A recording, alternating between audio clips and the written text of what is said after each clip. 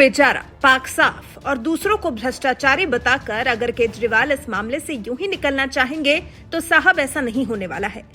अब आप पर आरोप इतने गंभीर लगे हैं तो मामले की जांच भी बैठाई जाएगी और इस मामले की तह तक भी पहुंचा जाएगा। ऐसा नहीं है कि खुद को स्वीट आतंकी बता देंगे और आप खुद पर लगे आरोपों से बरी हो जाएंगे। अब तो कुमार विश्वास ने केजरीवाल को खुला चैलेंज भी दे दिया है। कह दिया है, एक बार अपनी जुबान से कह दें कि मैं खालिस्तान का विरोधी हूं, मैं किसी भी राज्य में एक भी खालिस्तानी को पनपने नहीं दूंगा।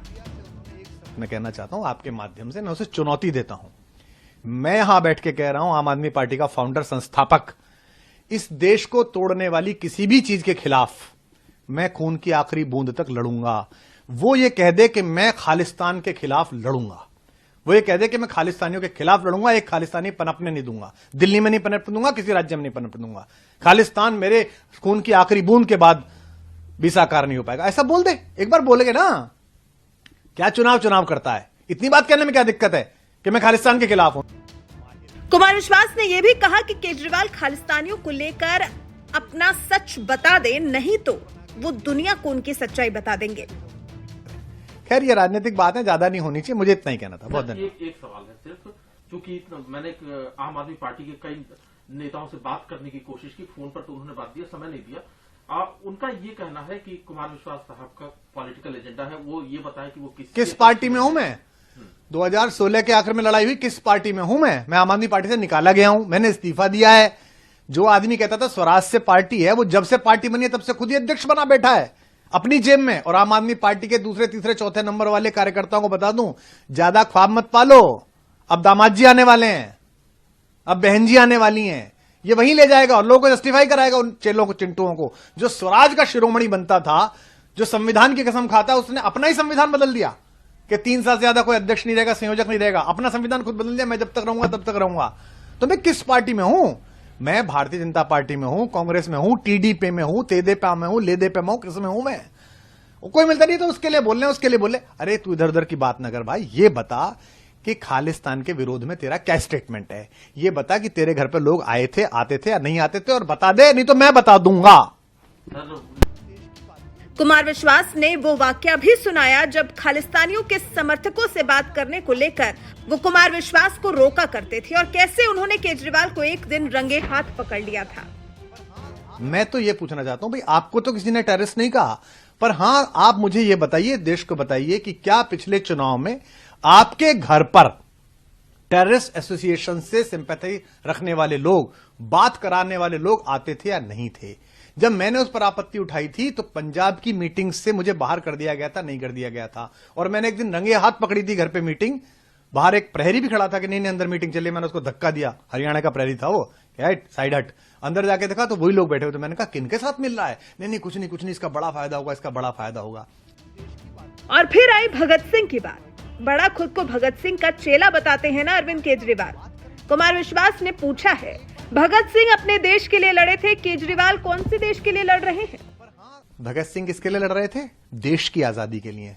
तो इसका मतलब ये अलग देश की आजादी के लिए लड़ रहा है? बताए क्या?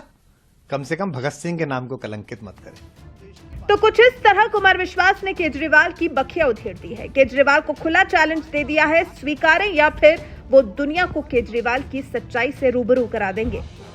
आपको बता दें, अब इस मामले में केंद्र सरकार ने भी हस्तक्षेप कर दिया है। केंद्रीय गृह मंत्रालय ने पंजाब के सीएम चरणजीत सिंह चन्नी की पीएम को लिखी चिट्ठी का संज्ञान लिया है और कुमार विश्वास के केजरीवाल पर लगाए गए आरोपों की जांच शुरू करने का फैसला लिया है। अब देखते हैं कि इस विवाद का अंत कहां जाकर होता है।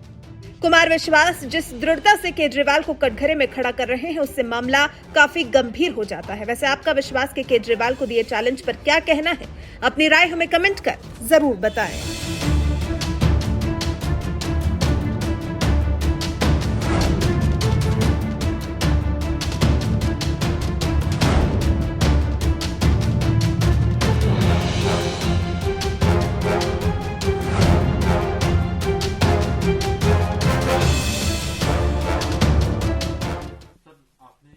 केजरीवाल जी पर बहुत सारे आरोप लगाए हैं, लेकिन बात वहीं पर आकर के फिर से ठहर रही है कि आप किस आधार पर ये सारी बातें कर रहे हैं।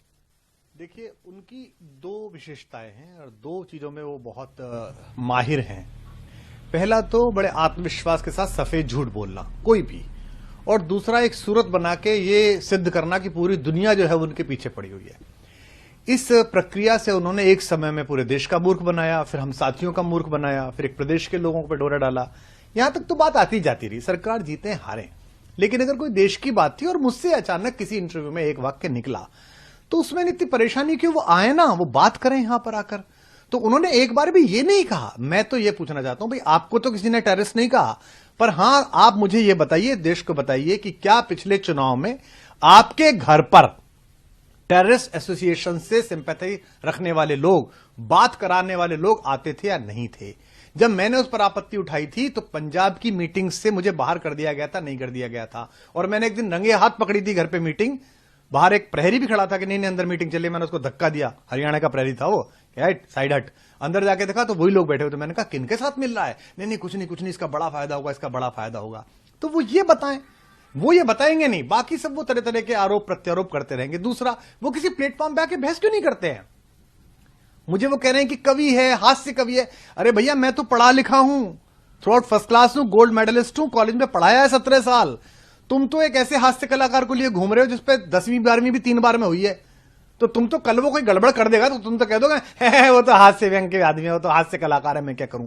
देश का मुद्दा है। और कहते हैं जी राहुल गांधी और मोदी जी एक सुर में बोल रहे हैं। राहुल गांधी और मोदी जी एक दूसरे के खिलाफ चुनाव में भीषण वार प्रहार करते हैं, ठीक है जी, खूब एक दूसरे के राजनीतिक दुश्मन है, लेकिन कम से कम उन दो लोगों में, उन दो पार्टियों में यह तमीज तो है कि राष्ट्रीय अखंडता के मामले में एक हो जाएं। राहुल गांधी अपने पिता, अपनी दादी को इसी राष्ट्रीय अखंडता के मुद्दों पर खो चुके हैं, इसी पंजाब में बलि चढ़ चुकी है। प्रधानमंत्री कश्मीर से लेकर कन्याकुमारी तक भारत का संविधान इकसार कर चुके हैं। तो वो चुनाव में तो लड़ रहे हैं, वो कहां बनना चाह रहे हैं? भारत में मुख्यमंत्री, भारत में प्रधानमंत्री। तुम्हारा तो प्लान, तुम्हारे मुंह से निकलती कैसे हैं बातें, बोलते कैसे हो? और आखिरी बात मैं कहना चाहता हूं आपके माध्यम से, मैं उसे चुनौती देता हूं। मैं यहां बैठ के कह रहा हूं, आम आदमी पार्टी का फाउंडर, संस्थापक, इस देश को तोड़ने वाली किसी भी चीज के खिलाफ मैं खून की आखिरी बूंद तक लड़ूंगा।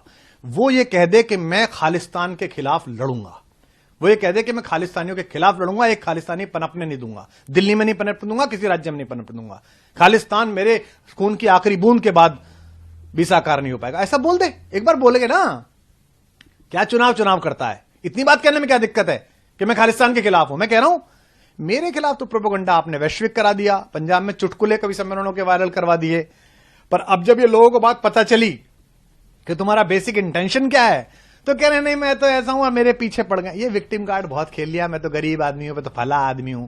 बात निकलेगी तो जरा दूर तलक जाएगी। सर, वो अपने आप को तो कह रहे हैं कि मैं असली भगत सिंह का चेला हूं, ये बात वो कह रहे हैं। भगत सिंह किसके लिए लड़ रहे थे? देश की आजादी के लिए। तो इसका मतलब ये अलग देश की आजादी के लिए लड़ रहा है? बताए क्या? कम से कम भगत सिंह के नाम को कलंकित मत करे। खैर, ये राजनीतिक बातें ज्यादा नहीं होनी चाहिए, मुझे इतना ही कहना था। बहुत धन्यवाद। एक सवाल है सिर्फ, क्योंकि मैंने आम आदमी पार्टी के कई नेताओं से बात करने की कोशिश की, फोन पर तो उन्होंने बात दिया, समय नहीं दिया। उनका ये कहना है कि कुमार विश्वास साहब का पॉलिटिकल एजेंडा है, वो ये बताए कि वो किस पार्टी में हूं मैं। 2016 के आखिर में लड़ाई हुई, किस पार्टी में हूं मैं आम आदमी पार्टी से निकाला गया हूं, मैंने इस्तीफा दिया है।